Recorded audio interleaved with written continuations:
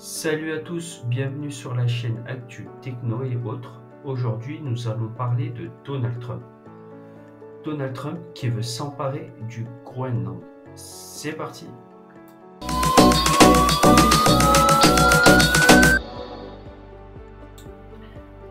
Pourquoi Donald Trump veut s'emparer du Groenland?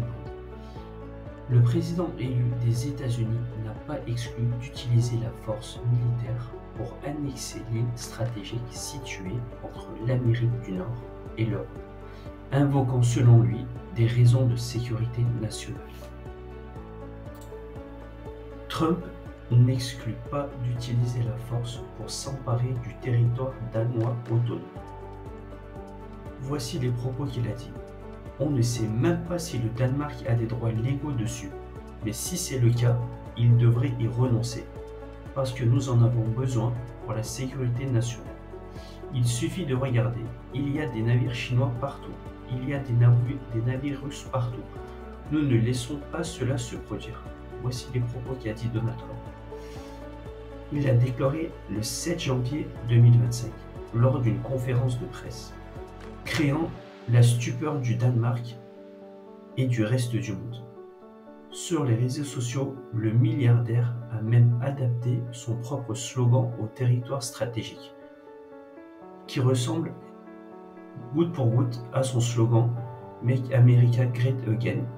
Et là, son slogan c'est Make Greenland Great Again. Rendre sa grandeur au Groenland.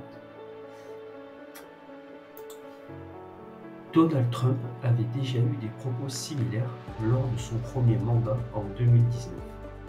Il avait déjà exprimé son intérêt pour cette région. Au-delà de l'attractivité du Groenland en matière de ressources naturelles, comment expliquer les prétentions renouvelées de Donald Trump? Le Groenland a une importance stratégique claire et affirmée. La présence militaire américaine au Groenland remonte déjà à la Deuxième Guerre mondiale. La base de Thule, qui a été faite en 1943, est devenue l'une des places les plus emblématiques de la présence américaine au Groenland, notamment durant la guerre froide. Ce site est devenu stratégique pour surveiller et défendre l'espace aérien contre d'éventuels missiles balistiques russes, potentiellement nucléaires. En outre, le passage du Groenland entre l'Arctique et l'Atlantique était une voie d'importance stratégique pour les sous-marins nucléaires russes.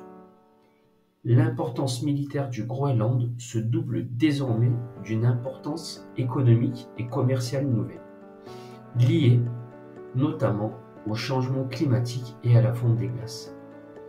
En effet, cette dynamique entraîne l'apparition de nouvelles routes maritimes, plus courtes de l'Asie vers l'Europe et l'Amérique du Nord, ainsi que de nouvelles perspectives d'exploitation des ressources minérales et agricoles de la région. Le Groenland est-il un Eldorado minier? L'exploitation minière au Groenland a débuté au XIXe siècle avec l'extraction de cryolite, suivie par celle du charbon, du plomb, du zinc, de l'uranium, de l'or et de l'olivine. Après un siècle d'exploitation, la plupart des mines ont fermé et à ce jour, seules 2 mines restent en activité, produisant des rubis, des saphirs et de l'anorthosite. Alors que les transitions énergétiques et numériques sont gourmandes en métaux, le Groenland pourrait bien jouer un rôle important dans la nouvelle géopolitique des métaux critiques. Depuis 2010, l'autonomie élargie permet au Groenland de gérer seul ses ressources. Les campagnes d'exploration ont été initiées principalement par des entreprises danoises, canadiennes, groenlandaises, australiennes et britanniques, et des mesures incitatives, telles que des réductions fiscales et la simplification des licences, ont été instaurées pour attirer les investisseurs étrangers. L'île est potentiellement riche en ressources, cuivre, graphite, ilménite, molybdène, fer, plomb, nickel, or et terres rares. Mais le niveau de réserve reste approximatif.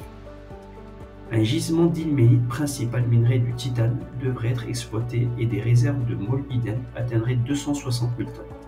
Ce sont surtout les terres rares qui attirent l'attention, car comme vous le savez, la plus grande quantité de terres rares se trouve en Chine. Ces éléments incontournables pour de nombreuses industries de pointe, les technologies bas carbone et le secteur du numérique sont qualifiés de vitamines de l'économie moderne. Le Groenland possède des réserves évaluées à environ 1,5 million de tonnes.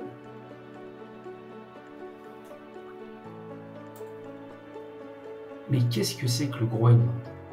Est-ce un pays? Est-ce un continent? Est-ce une île? Le Groenland est la plus grande île non continentale du monde, située dans l'hémisphère nord, entre l'océan Atlantique Nord et l'océan Arctique. Bien qu'il soit géographiquement considéré comme faisant partie de l'Amérique du Nord, c'est en réalité un territoire autonome, rattaché depuis près de 300 ans au Royaume du Danemark, un pays membre de l'Organisation du traité de l'Atlantique Nord, OTAN. C'est pour cela que le Danemark est très choqué, très étonné des phrases dites par Donald Trump. Car pour le Danemark, le Groenland est un pays autonome ou une île autonome rattachée au Royaume du Danemark. Les choses à savoir sur le Groenland. Le Groenland, aussi appelé Greenland, terre verte, est recouverte à 80% de glace et de glaciers. Partons à la découverte de l'île la plus grande du monde. Géographiquement, le Groenland fait partie de l'Amérique du Nord, mais politiquement, il appartient à l'Europe et plus précisément au Danemark. Néanmoins, aujourd'hui, c'est un territoire autonome. Le Groenland a une population d'environ 57 000 habitants pour une surface d'environ 2 millions de km². Elle fait près de 4 fois la France. Seules 17 000 personnes vivent dans la capitale qui se nomme Nuuk, N-U-U-K. Le Groenland a été découvert au Xe siècle par les Vikings, puis a longtemps été une colonie danoise, jusqu'en 1953, avant de devenir un pays. Le pays a acquis son autonomie en 1979 et son premier gouvernement en 1980. C'est désormais une monarchie constitutionnelle avec un parlement monocaméral de 31 sièges. Il n'y a aucun arbre au Groenland. Son climat extrêmement extrême et son sol ne lui permettent pas de faire pousser des arbres. Il n'y a que quelques arbustes. Il est donc difficile de faire pousser des fruits ou des légumes. Ceux qu'on retrouve dans les supermarchés sont importés, donc hors de prix. C'est pour cette raison que le Groenland est en majeure partie un pays de carnivores. Il est plus intéressant pour les habitants de partir à la chasse ou à la pêche. Au Groenland, on estime que la calotte polaire serait vieille de 400 000 à 800 000 ans. Cette dernière aurait perdu plus de 10 millions de tonnes de glace par an depuis 2003, selon une étude sur le changement climatique. Les habitants vivent en partie de la pêche et de nombreuses sources de minéraux, or, rubis, uranium, et des réserves pétrolières et gazières depuis quelque temps. L'industrie du tourisme se développait dans le pays grâce à sa faune et sa flore exceptionnelles. Les armoiries du pays sont composées d'un ours et d'un bouclier bleu, l'ours symbolisant la faune et le bouclier bleu les océans qui entourent le Groenland.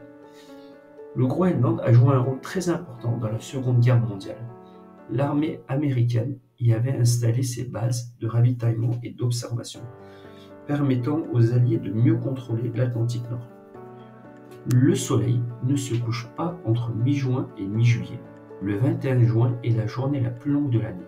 Et c'est également un jour férié.